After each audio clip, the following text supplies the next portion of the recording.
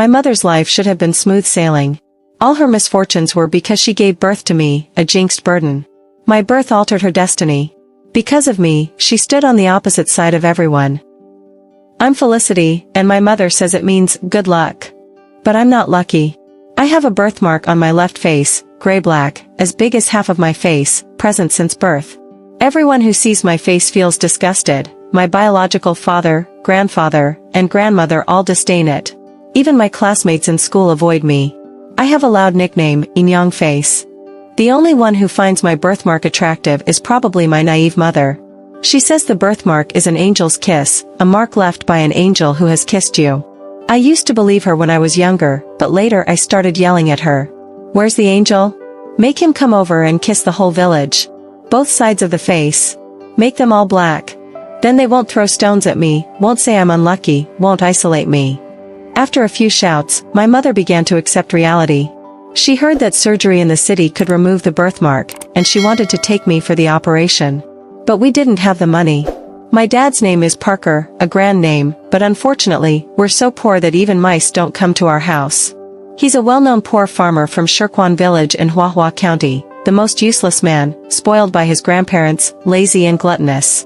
After my mother married him, my grandparents stopped working, and all the household chores fell on my mother. Whenever she talks about this experience, my mother always thinks of my grandmother. She said my grandmother taught her to read and write, hoping she would marry an intellectual. Instead, she married my father, a country bumpkin, and was forced into a rural life. Talking about my grandmother, I always feel regret. She grew up in a landlord's family, well-educated with a remarkable repertoire of stories. She could talk about the spring and autumn period and the warring states, the Yang family in the romance of the Three Kingdoms, Boya and Ziki playing the Guqin, Pangu creating the world, and Niwa creating humans. In today's terms, she was a proper intellectual. Unfortunately, fate was unkind. To avoid criticism, the daughter of the landlord married a poor peasant. This poor peasant happened to be a despicable guy with domestic violence. Grandfather did a lot of wicked things, squandered my grandmother's dowry, lost a bet to my grandfather, married my mother off to my useless father, abused my grandmother, and drove her to death. My mother's name is Aubrey. She says it means naturally beautiful. Before marriage, she indeed was naturally beautiful, resembling my grandmother, a beauty like Joey Wong. After marriage, she's not just beautiful, she's inspirational and has survived many hardships. My father is useless, my grandparents don't work but only find faults, and my mother alone shoulders the heavy burden of the family. During the busy farming season, she plows the fields and plants crops. During the off-season, she looks for ways to earn money. First, she ran as a drummer in the village funeral team, pounding the drumsticks with a semblance of skill. But my grandparents and father forced her to give it up. They said our family already had the unlucky Inyang faced me, and her earning money from the dead would bring even more misfortune. They claimed that our family's feng shui was ruined by us. After losing this source of income, my mother heard that city folks like to eat wild game from the countryside, so she gathered some and sold it in the county town. In the dead of winter, she went door-to-door collecting, then rode a broken tricycle to the city to sell and make a profit. Initially, the villagers mocked her, and my father scolded her, saying she was shameless for exposing herself like that. Later on, she did start making money, quite a bit. Unfortunately, before she could warm the money in her pocket, my father wanted to gamble with it. He claimed his luck was good and dreamt of the god of wealth that night, thinking he could win big. That night is etched deep in my memory. My mother fiercely guarded the money in her arms, saying it was for fixing my face, and no one could touch it. My father lunged at her, slapped her hard, and kicked her to the ground. What fixing? Even if it's fixed, it's a waste of money. He kicked my mother several times, pulled her hair, twisted her fingers, and the whole house was filled with my mother's heartbreaking screams. At that time, I was a wicked little brat. My grandmother kept telling me that the terrible birthmark on my face was caused by my mother taking random medicines while pregnant with me. She said my mother wanted a boy, and tried various methods to conceive one, but ended up with me, a monster. Initially, I didn't believe it, but after being isolated and mocked so much, I started to harbor resentment towards my mother. Grandmother said, "In the entire village, why are you the only one with a yin-yang face? Your mother's reckless medication harmed you." I was angry and didn't stand up for her at the time. Every time I think of that day, I want to punch myself. The money was stolen, and she was beaten until she curled up on the ground, unable to move, eventually crawling back to the house and lying there for days. After recovering a bit, she went to sit by my grandmother's grave for a day. Grandmother's grave was in the neighboring village. Because there were daughters-in-law in the village who were driven away by their in-laws, I thought she might also run away and follow her secretly. She sat in front of my grandmother's grave, crying continuously, calling out "Mother," saying she missed her. Mother, oh, she wanted her mother. But she no longer had a mother. A child without a mother has no one to care for. The god of wealth in my father's dreams didn't help him, he lost everything again. My mother, having healed from her injuries, had to go back to earning money. Selling wild game was no longer an option. Seeing her making money, the villagers took advantage of her leg injury from the beating, seized her business, and left her unable to leave the house. With this path blocked, she bought piglets and started pig farming. Busy and toiling for a year, she became thin as a bamboo pole, her waist unable to straighten. The precious daughter my grandmother painstakingly raised turned into a malnourished refugee. Her luck turned around. The price of pork was surprisingly high that year. She raised 20 pigs, sold them all, had enough for my facial surgery, and even had leftover money for a year's tuition. She happily went out to find buyers, but when she returned, the pigs were gone. My father secretly took them and used the money to pay off debts. That year, the price of grain was also high. Throughout the year, my father didn't work the land but still took the money from selling the crops. Mother, infuriated, lay without eating or drinking for 2 days, and then got up, demanding a divorce. Back then, no one in the village divorced, it was considered shameful. But my mother insisted on it. I thought it wouldn't happen because the family wouldn't want to lose her as free labor and a money-making tool. Turns out, I was wrong. Before my mother could speak, my father brought a pregnant woman home. The woman was from the town, and the money my father took from my mother wasn't used to gamble or pay debts, it was used to support that woman. My father forced my mother to divorce, saying, "It's not my fault you can't give birth to a son. Look around, everyone else has sons. If you don't give birth, someone else will."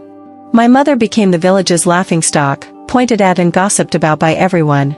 She didn't get angry, she calmly divorced and took me away from Shirkwan village. During the plum rain season, after half a month of continuous rain, it suddenly cleared up on that day. With her thin, bony hands, my mother held mine and carried a not-so-light suitcase on her shoulder, walking forward with determination. "Nyonyo, Mom will make a lot of money, fix your face, and buy a big house for you in the city. My nickname is Nyonyo. Mother says I was as cute as a little calf when I was young." Cute? No, I'm not cute at all. I'm just a stubborn and silly cow. When we left the village, I had just started the first year of junior high school and was attending school in the county. My mother followed me to the county. Hefua County, a small county town at the intersection of north and south, experiences distinct seasons, with cold winters and hot summers. My mother wasn't naive. After being brutally beaten by my father, she became cautious. Over the years, she secretly saved some money in the case, not daring to hide too much because my grandmother liked to keep track. In the county, she rented the cheapest old and rundown house, paid the rent, left enough for my tuition and living expenses, and didn't have much money left. She started working in a restaurant, washing dishes. Later, she worked her way up from washing dishes to being the head chef. The restaurant was not big, a small place that could accommodate a dozen people. During her time washing dishes, the head chef of the restaurant left, and she voluntarily helped out for a few days. The customers gave positive feedback, and the boss directly promoted her to be the head chef. She worked for 2 years, saved some money, and was about to use it for my facial surgery. Coincidentally, the owner of the restaurant faced health issues and planned to sell the place and return to his hometown. He asked my mother if she wanted to take over. It was a small shop, not in a prime location, situated in a narrow alley with only 5 wooden tables. The boss didn't ask for a high price. With the money in hand, my mother could take over the shop. At that time, she was torn between wanting to take over the restaurant and wanting to use the money for my facial surgery. She had taken me to the county hospital before. During the consultation, the doctor said the birthmark was too large and estimated the surgery cost to be around 20,000, not including the scar and subsequent care. If she used the money for my face, she wouldn't be able to take over the restaurant, and by the time she earned money again, the opportunity would be lost. I told her, "Do what you want." After all, I had been carrying this ugly face for over 10 years. A couple more years didn't matter to me. She had a good eye for things, and whatever she set her mind on usually turned profitable. In my calculations, The more money she earned, the better hospitals I could go to, maybe even in big cities like Beijing, where the chances of complete removal would be higher. She hesitated, but I urged her to take over the restaurant. She was pleased and said I was obedient and sensible. I'm not obedient or sensible at all. My rebellious phase lasted a long time, brainwashed by my grandmother from the 3rd grade until the 3rd year of high school. All of my mother's misfortunes were because she gave birth to me, an unlucky burden. I heard that before I was born, my father was attracted to her beauty and treated her well. My grandparents thought she could work hard, so they didn't treat her too poorly. The villagers thought she was like a fresh flower stuck in a pile of cow dung, referring to my father, and they sympathized with her. My birth changed her destiny. Because of me, she stood against everyone. My grandparents disliked me, shouting to throw me away, and she directly confronted them. My father disliked me, asking her to give birth to a son, so she went to the family planning office for sterilization. As a result, my father found another woman outside to have a son.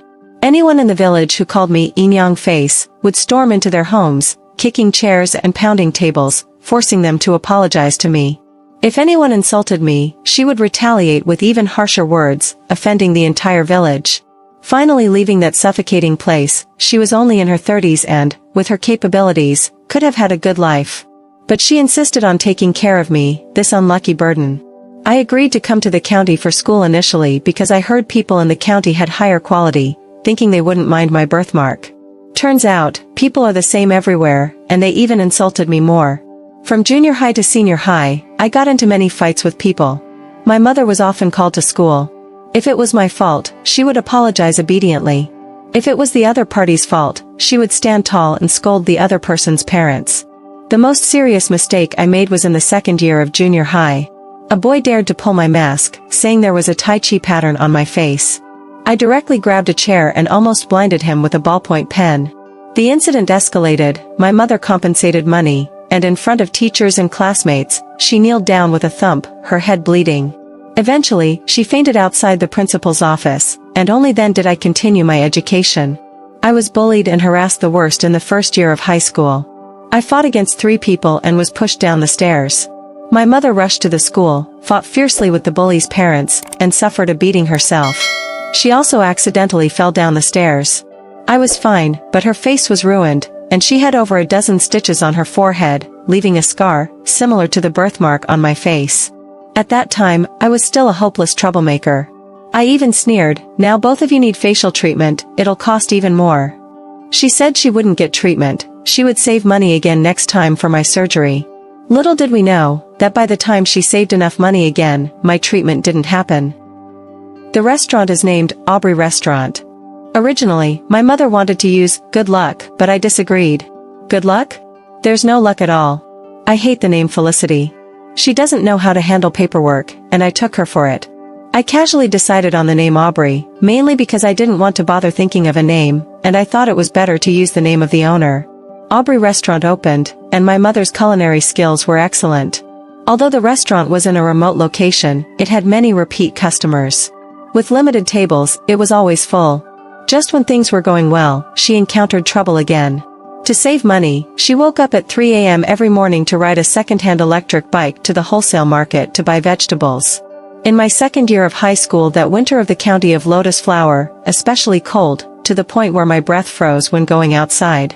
That day, she went to buy vegetables, and the road was icy.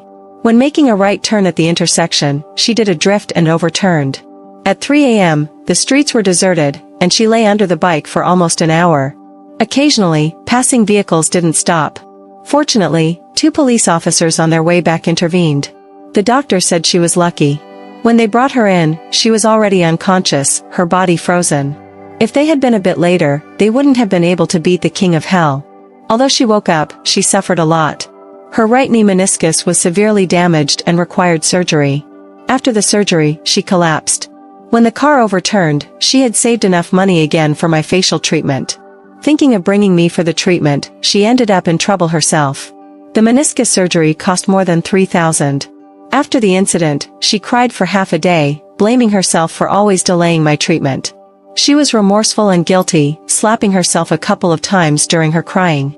Once able to get out of bed, she worked even harder to earn money. When the restaurant wasn't busy, there was a new construction site nearby, and she also made lunch boxes to sell, treating herself like a robot. With her determination, she wished she could be 3 people, tightening her belt for a year of frugal living, making herself bone thin. Eventually, she saved enough money again. This time, having saved enough money, she immediately took me to the hospital. Delaying it for 2 years was not bad. This time, we went to a tertiary hospital in the city. The doctor said it was oda nevus, and it could be treated with a laser. The laser technology in their hospital was more mature than 2 years ago. He gave me a treatment plan. It would be done in several sessions, possibly taking a long time. After the first session, come back every 3 months for the next one, and later it would be every 6 months to a year. The most conservative estimate was that I would be completely rid of it after graduating from college. They spoke confidently, and I believed it. I didn't do well in the college entrance examination. Because I needed laser treatment multiple times, I chose a local vocational college for convenience. I have no regrets about the college entrance exam. This was already an exceptional performance for me. My academic performance was consistently poor. Over the years, I only cared about the birthmark, complained about my fate, and got into fights, with no interest in studying. My foundation was too weak. Getting into a vocational college was already a great achievement.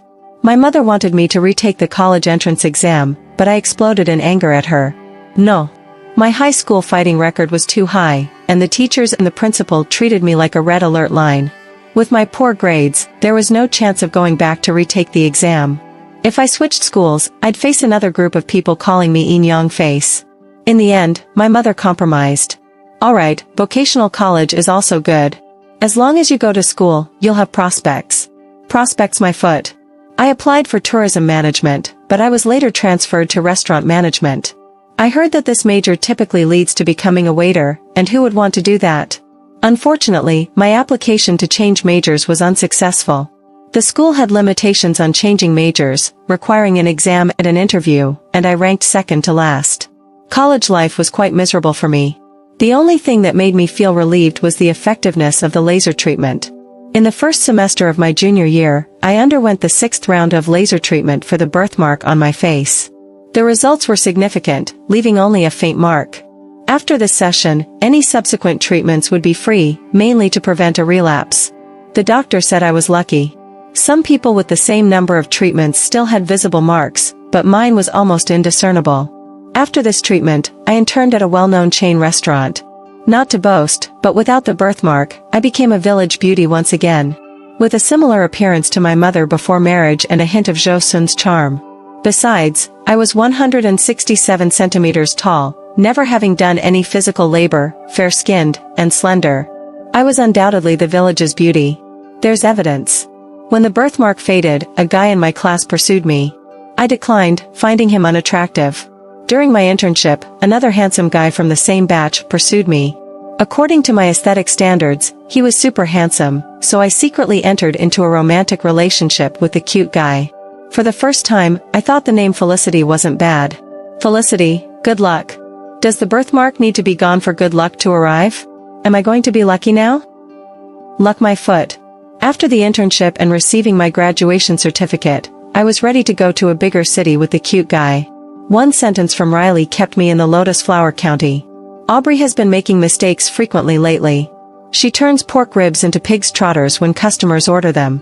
Once, she held spinach in her hand, ready to make soup, and asked me where the spinach had gone. Several regular customers greeted her, and she used to come out and chat with them, but now she doesn't recognize them. Riley was a waitress and cashier my mother hired, 5 years older than me. Her in-laws and husband died in a car accident while transporting goods. She was left alone to take care of her 4-year-old daughter. Hearing Riley's words, I was stunned and suddenly remembered something. In the year of my mother's accident and meniscus surgery, her recovery period didn't go smoothly. The doctor advised her to rest, but she insisted on getting out of bed earlier, feeling restless.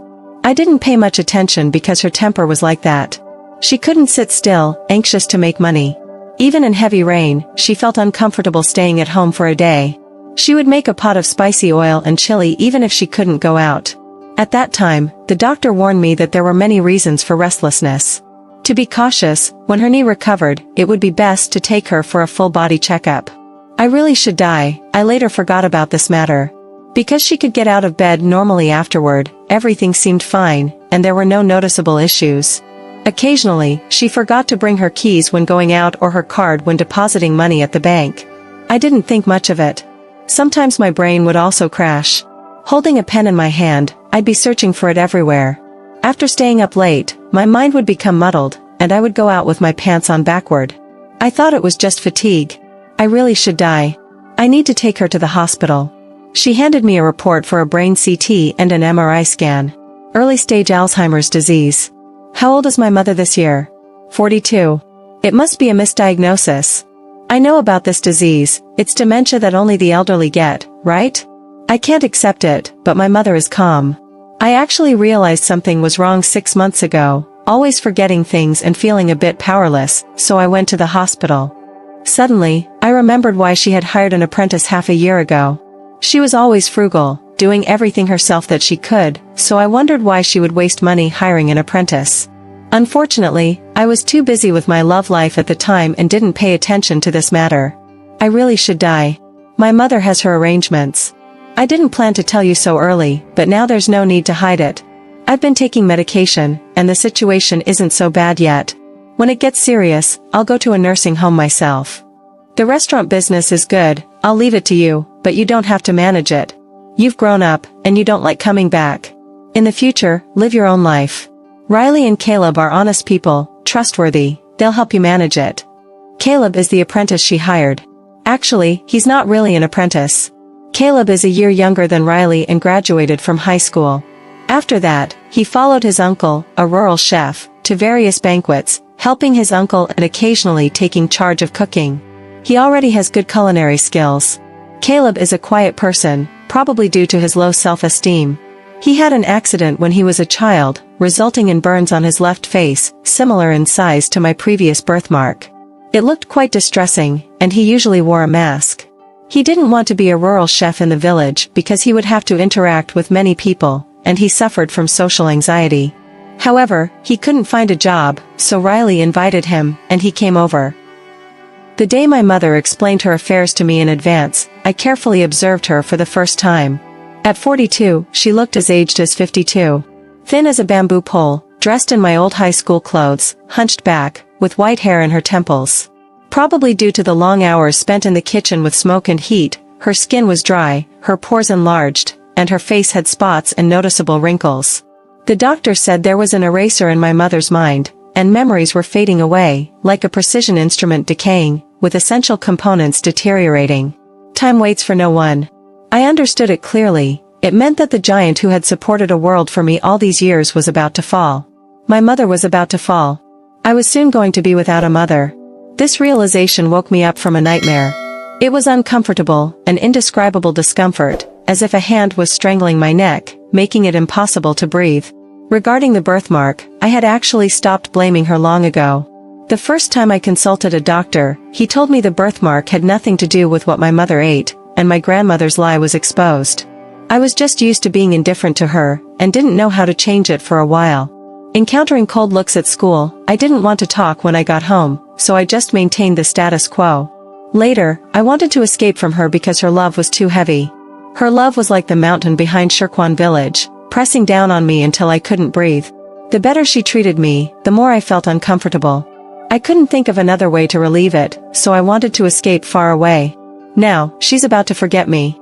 She will forget me. The person who loved me most in the world is going to forget me. Her condition is getting worse, and she might die. Aubrey is going to die, the powerful Aubrey, the Aubrey who can withstand any pressure, the unyielding Aubrey, the strong Aubrey for a lifetime. She's about to become foolish, about to die. No, I can't accept it. This unlucky and useless person, can die, but Aubrey can't die. If she dies, the sky will fall. The doctor said my mother's illness couldn't be cured. I didn't believe it. With money, what illness couldn't be cured? Since poverty is the issue, I need to make money quickly. If it can't be treated in China, I'll go abroad, travel the world, and I don't believe there's no one who can cure Aubrey. I decided to stay in Huahua County. I didn't want to delay the handsome guy, so I broke up with him. The handsome guy asked why. I said the sky was falling, and I was about to be crushed. I had no time for love. The handsome guy cursed through gritted teeth. Felicity, you're something. My first love came to an end. I stayed in Huahua County. My mother disagreed, but she has never been able to interfere with my decisions. I insisted on staying, and in the end, she had to compromise. She could only compromise. Although she had been actively seeking treatment, her condition worsened. After deciding to stay, I took her to a top-tier hospital in the city for examination. The MRI results showed a 3-level hippocampal atrophy, cognitive impairment that had already affected normal life. She began to forget the way home, thought she hadn't eaten after just finishing a meal, and wanted to eat again, eating several times a day. An old customer asked about the birthmark on my face, mentioning they had relatives with a similar condition. She heard the word birthmark and became agitated, pulling me back and trying to hit me with a broom. Just like in the village years ago when someone pointed and called me Inyang face, she pulled me from behind, ready to fight. She threatened to hit someone, and I shouted her name from behind. Aubrey. She had no reaction at all. She remembered me, remembered my nickname, Nyonyo, remembered my full name, Felicity, remembered the birthmark on my face. But she had forgotten herself, forgotten her own name. Aubrey, her name is Aubrey. The naturally beautiful Aubrey. Witnessing her memory regression, I truly realized that Aubrey was about to fall. The giant Felicity, it's time to stand up. After deciding to stay, I pulled my mother out of the kitchen, and Caleb took charge of the kitchen. Despite the change in chefs, the taste remained excellent, and the restaurant was full every day. The place was small, leading me to decide on getting a larger space. I found a 2-story place with a prime location, close to the train and bus stations. The transfer fee was exorbitant, and I needed to consider a larger space for the restaurant. The previous owner mentioned that the equipment was relatively new, and they were only selling due to their son's urgent financial needs. I wanted the place, but I didn't have the money. Managing the restaurant's finances, I could squeeze out at most 50,000 yuan. Apart from the rent, I was still short by 100,000 yuan, enough to sell myself. Caleb had an apartment. He was from a family of 5 siblings, with 3 sisters and 1 brother. His parents worked away from home, accumulating some savings. All 3 sisters were married well, and with their dowries saved, they had helped Caleb's brother buy a house in the county. Caleb had reservations about marriage due to his face and personality. Caleb liked me, and I could sense it. I urgently needed money, and he could see that too. He conveyed through Riley that if I wanted to acquire the new restaurant, he could sell his house, making it a joint investment. The catch was that I had to be in a relationship with him. A relationship? So be it. Money was more important. Without much thought, I approached him and asked what being in a relationship meant, dating or marriage. Caleb blushed and stammered about his age, family pressure, and the need to get married. I directly took my household registration book, and we got registered. His parents didn't approve of me, thinking my mother was a burden. They hired a matchmaker who suggested a divorced woman with a daughter from a nearby village, but Caleb refused. We didn't have a proper wedding because of the family dispute. Graduating and getting married without a wedding ceremony made me the first in our class, quite an achievement. When my dorm mates heard about it, they assumed he was a handsome guy. Later, when they saw him, they fell into silence. They asked me quietly, "Aren't you afraid when you look at his face?" Afraid? What was there to be afraid of? Everyone has been ugly at some point. I used to be ugly on half of my face. I only told my mother after we got registered.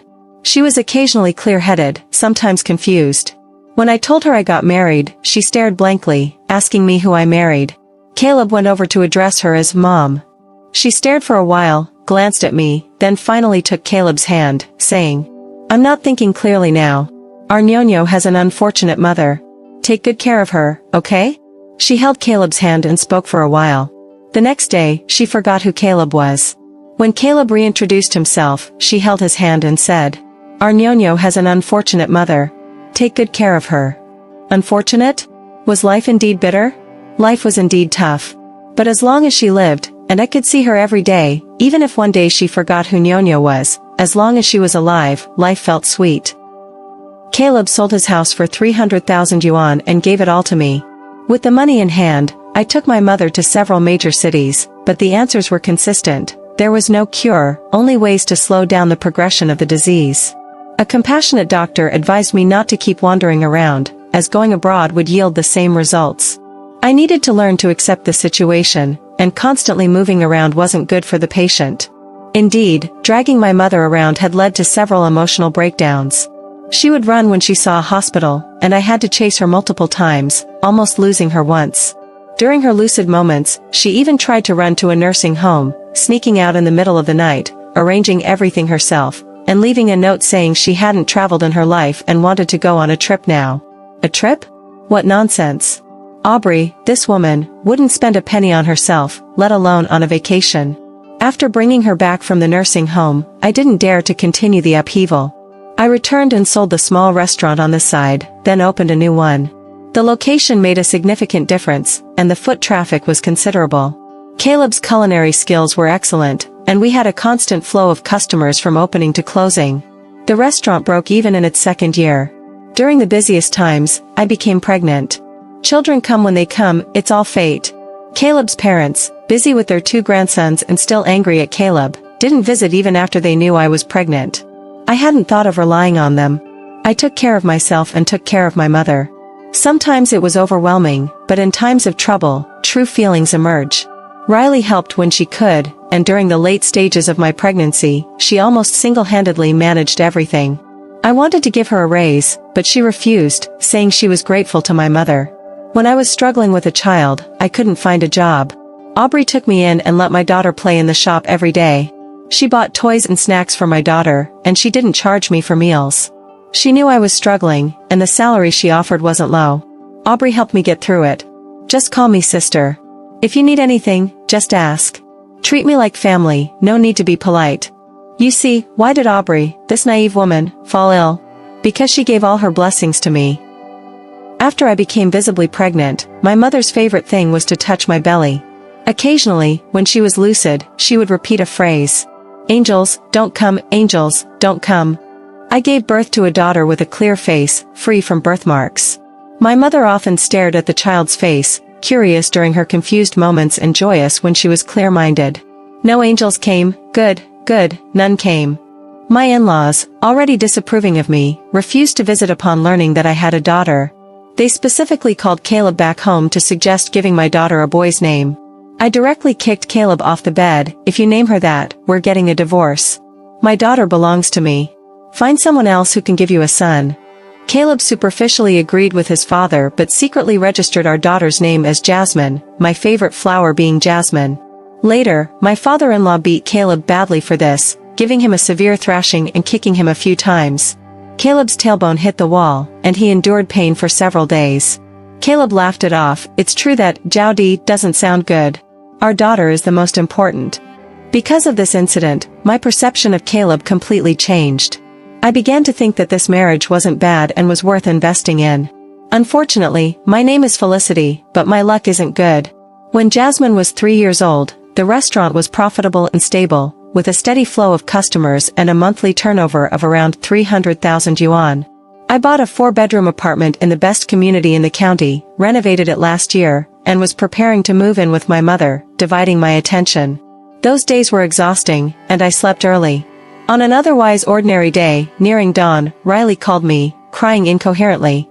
She said 4 men ordered a table of dishes, drank the most expensive wine, messed up the table with a drinking game, and left without paying. Caleb argued with them, and the drunk, burly man smashed a bottle on his head, hitting the temple. The bottle shattered, and the man stabbed him in the abdomen a few times. Caleb died on the spot, without leaving a word for me. I think he wanted to see me before taking his last breath. Because the doctor said he refused to close his eyes until the end. Why wouldn't he want to see me? Over the past 2 years, I treated him so well. From the moment he registered our daughter, our relationship was so good. He didn't even wait for the birth of his son. I became pregnant again. Caleb had just passed away when I was only 1 month pregnant. He knew about it and was looking forward to this child. Unfortunately, I couldn't keep this child. The day after Caleb's departure, my mother also passed away. In this small town, news couldn't be concealed. The news of Caleb's incident reached Shirkwan village and eventually made its way to my despicable and wretched biological father, Parker. He came seeking my life. When the restaurant became popular, Parker visited twice. His second wife couldn't endure the life in his family, fed up with his gluttony and laziness, as well as the constant troublemaking of the 2 elderly people at home. After giving birth to a son, she left. He finally had a son to inherit his 3 dilapidated houses and a pile of debts. Congratulations to him. While we were doing well, Parker wanted to remarry my mother. The first time was last year when I took my mother to visit my grandmother, but they didn't cross paths. Caleb called me, and I instructed him to kick Parker out directly. The second time, I caught him. I grabbed a knife from the kitchen, stabbed it into the bowl he was eating from, nearly severing his hand. He was afraid of me and didn't dare to come again. Now, hearing about Caleb's death, he came back to offer condolences. That day, friends and family came to the house for condolences. I wasn't feeling well, and I was so uncomfortable that I couldn't catch my breath. I rested in the room for a while. My mother was supposed to be with me in the room, irritated by the noise outside and anxious sitting inside. She threw a temper tantrum like a child, smashing things everywhere. She no longer recognizes me now, only occasionally asking who her daughter is, and she says her daughter is me. I tell her that I am her daughter, but she disagrees, gets angry, stomps her foot, and says her daughter has a birthmark on her face. After saying that, she starts crying, blaming herself for not having money to fix my face and scolding herself for being harsh. Her emotions fluctuate, and her temper becomes increasingly fierce. Sometimes, she experiences delusions. When she sees a man with Parker's face and height, she thinks they want to harm her. That day was one of those times. Riley protected her behind her when they encountered that damn man at the entrance. Parker knew she was confused and tried to deceive her into remarrying him, grabbing her to talk to her. Riley pulled my mother behind her, but she was still scared. She shook off Riley's grasp and ran away. She ran fast. Just like when I was a child, every time Parker lost in gambling, he would blame me, chasing me with a stick and trying to beat me. Every time, I ran to the field and found my mother. My mother would run through a field of golden, heavy wheat towards me. What was she thinking when she was hit by the car? Certainly thinking about me. Riley said when she went there, she kept muttering, "Ño-ño, don't be afraid, Mom is coming." Why did she run so fast? Because across the road, there was a father chasing and beating his daughter. The girl was like me when I was young, with 2 ponytails and wearing a pink dress. She saw Parker, got shocked, and mistook that girl for me. She wanted to run across to save me, so she ran fast. How fast? Riley was the school's short-distance running champion in high school and had caught a guy who refused to pay for his meal last year by chasing him down the street. Even Riley, as fast as she was, couldn't catch up with my mother. I couldn't understand. Although I was rebellious and mischievous before, I never did anything morally reprehensible. I'm not irredeemably wicked. Why haven't I died yet, but I've stepped into hell with both feet? I had just lost my husband, barely a day had passed, and I lost my mother as well, simultaneously losing my second child. 3 lives, I couldn't bear it. I lay in the hospital for half a month before waking up. It was Jasmine's crying that brought my last strand of soul back. Riley said, "If something happened to you, what would happen to Jasmine?" Indeed, I no longer had a mother. But I was Jasmine's mother. So even if this was hell, I had to be the giant Felicity. After Caleb left, I couldn't bring myself to enter the restaurant. Every time I went in, I was reminded of him. So, I decided to sell the restaurant. Considering its prime location, a bold owner of a spicy fish restaurant took over, paying a modest transfer fee. I didn't want to stay in Hellion County anymore. It was too close to Sherquan Village, just a 20-minute drive away. Even though after my discharge, I smashed up my house, and Parker didn't dare to come anymore, I was afraid of running into him one day, and I might end up stabbing my biological father with a knife. So, I sold the restaurant, and after selling the 4-bedroom apartment, I moved to the city with Jasmine. Aubrey's restaurant was once my mother's hope and carried the dreams of Caleb and me. I decided to continue running it in the city. Riley knew that I planned to open a restaurant in the city, sold the house, and came with her daughter. I didn't know how to thank her, but she comforted me instead. "I'm doing this for you, mainly for my little girl. The schools in the city are better than in the county, and sooner or later, I'll have to move here. From now on, I'm your real sister, and let's take good care of our little girls." Indeed, she was like a real sister. After my mother passed away, I lay in the hospital for half a month, and Riley took care of all the arrangements for my mother's funeral. To open a restaurant, the first thing was to choose the right location. One of my college dorm mates, who worked as a waitress for 6 months after graduation, later switched to being a real estate agent and was now a manager. She had many commercial properties in her hands. Based on my budget, she secured a shop for me near City Second Hospital, over 500 square meters. The rent could be paid annually or quarterly. For the chef, I hired an experienced master chef by poaching him from the restaurant where my first love worked. He hadn't left that place and was now the manager of that chain. When I tried to recruit him, the handsome guy nearly rolled his eyes at me. "Felicity, you're really something." I felt guilty. It wasn't intentional. The main reason was that during my internship there, the chef's culinary skills were truly extraordinary. He excelled in various cuisines, especially in making nutritious stew, which was suitable near the hospital. For the first restaurant, I had to invite Master Defoe. Jasmine played a crucial role in recruiting the chef. She managed to win over the chef's wife, as the chef was a devoted husband. For the decoration, recruitment, uniform training, preparation for opening, publicity, and the grand opening, the restaurant flourished from the beginning. On the day of the restaurant's opening, it was fully occupied, a red-letter day. And it continued to prosper. I don't know if it was good fortune, but I felt luck was on my side. With a professional manager for the store, I wasn't idle either. I enrolled in many classes, studying management, law, and languages. I learned everything that could be useful and attended industry gatherings during my free time, making new acquaintances. My social circle expanded, and I made friends in various fields. When the stock market was doing well, I followed the stock market along with the nearby stock market wizard. In one particularly successful instance, I turned 50,000 into 5 million. Investments were pouring in. In 3 years, Aubrey's restaurant opened 8 branches in the city, all in prime locations. These years have been truly smooth sailing, everything I did seemed to succeed. I even felt like the god of wealth had taken residence in my home. But maybe, I had become too complacent. I forgot that as fortunes rise, they also fall, and as they fall, they can rise again. My ambition to expand the restaurant nationwide was just budding when an unexpected and terrifying pandemic swept across the country, dealing a massive blow to the restaurant industry. During a period of rapid development for Aubrey's restaurant, it suddenly felt like someone had pressed the pause button. The losses were almost unbearable, with an overall revenue drop of 60% in just a few days. I was infuriated, and even Jasmine, who usually slept with me at night, couldn't calm me down. She finally managed to put me to sleep by telling me 2 bedtime stories. I gritted my teeth and refused to close the restaurant. Instead, I collaborated with the government to provide boxed meals for frontline workers and residents, treating takeout as a lifeline. However, relying on takeout couldn't remedy the losses, as collaboration with platforms incurred costs, and the profit margins were thin.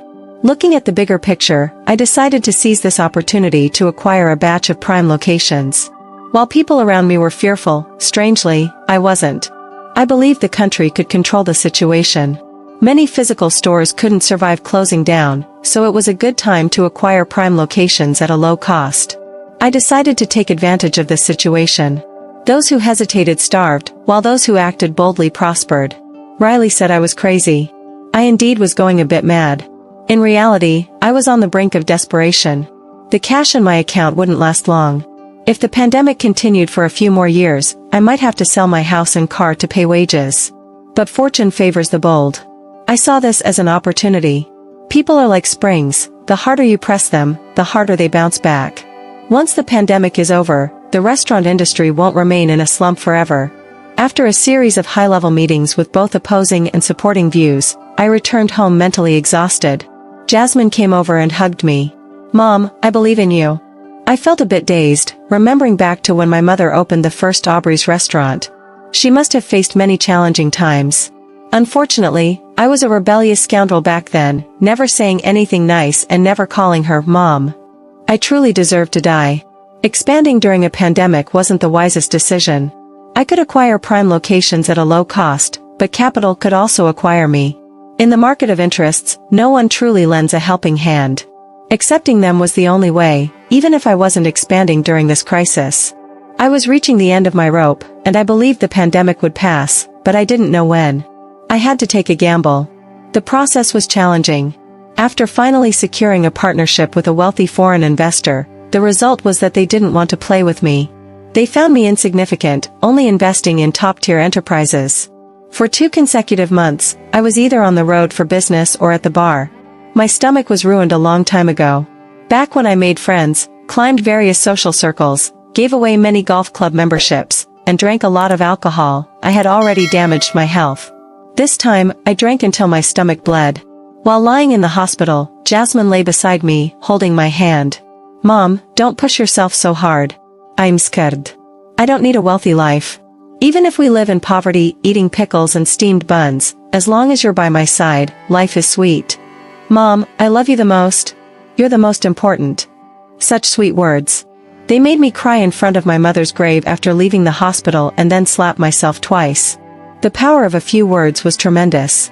Jasmine's simple words, "Mom, I love you the most," made me feel invigorated. No matter how tired I was, it was all worth it. Back then, my mother worked tirelessly for me, and sadly, I didn't have a single word of gratitude. I even thought it was only right for her to earn money to fix my birthmark. Later on, when I finally matured, I felt ashamed to express my gratitude and guilt towards her. When I finally could, she had already forgotten about me.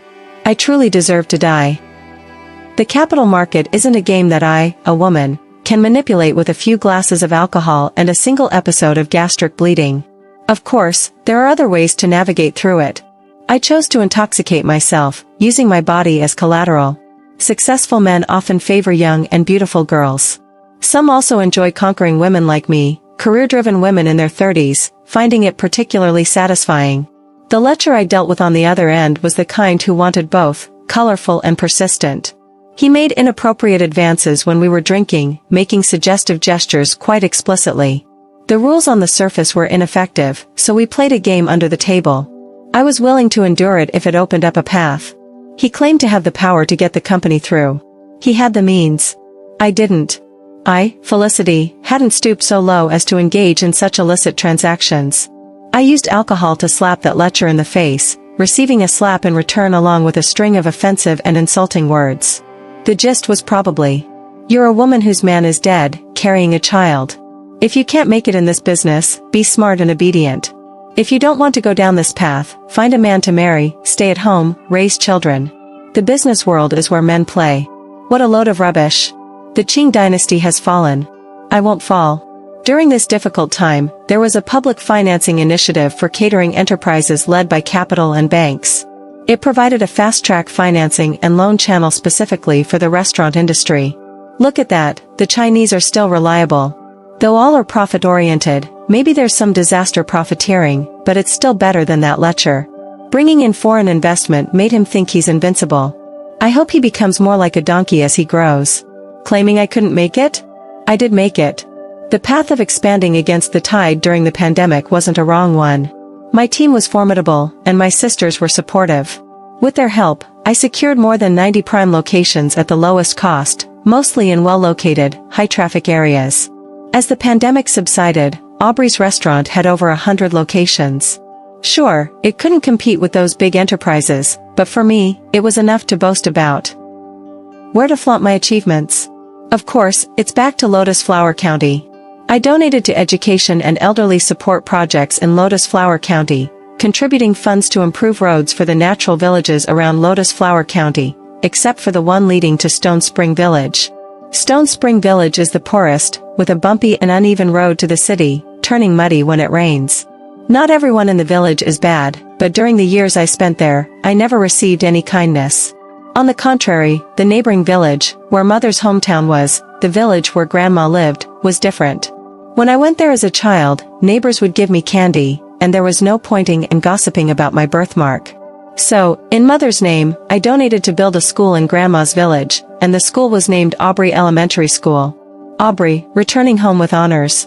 The school was built right next to the road that separated it from Stone Spring Village, just across the street from the three characters, Aubrey. After being complained about by the entire village, Parker exposed me through the county's reporters, crying with snot and tears, accusing me of being unfilial and a heartless wolf.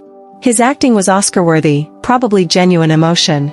Recently, his son got into a fight, killed someone, and is now in prison. He spent half his life working hard and ended up with a son like that. His performance was impressive, and I faced an online backlash for a while. He wasn't afraid of embarrassment, and I was even less afraid. When I started trending due to the backlash, I also contacted reporters, revealing the brand story behind Aubrey Restaurant for the first time. I started from Grandma, talked about her regrets, about Grandpa's shortcomings and foolishness, Mother's tragedy, my rebellion and unfilial actions, Parker's meanness and shamelessness, and the Shadowstone Spring Village cast over me. I told the whole story coherently. Taking advantage of this excellent opportunity, with the guidance and manipulation of my team behind the scenes, netizens sympathized with grandma and mother. My despicable grandpa and my damned biological father were cursed for an entire month. I even cursed myself directly in front of the camera, cried right after, using my acting skills to evade an online storm. Mostly, I pulled back just in time. The popularity of Aubrey Restaurant continued for a long time, expanding to other provinces during its peak. On the day it reached exactly 200 locations, it was Caleb's Memorial Day. Jasmine and I sat in front of his grave all day. Jasmine asked me, "Mom, do you love Dad?" Love? I don't know. I only know that after he left, I met many men more outstanding than him. Many pursued me, but there wasn't one I wanted to marry. The next day was Mother's Memorial Day, and we spent another day in front of her grave. Now, I've become more verbose. Every time I come here, I have to tell Jasmine about the past. This time, there was even more to reflect on. Jasmine said, "Mom, it sounds like your confession." I pinched her cheek. It is a confession. So, don't follow my example. While I'm still here, you need to love me well and be a good daughter to me. Jasmine hugged me, acting spoiled. I love you the most, Mom. I rubbed her head, looking at Mother, unable to hold back my tears. Naturally beautiful Aubrey. I'm sorry, I never held you and acted cute in this lifetime. I'm sorry, I didn't love you properly in this lifetime. Mom, I'm sorry.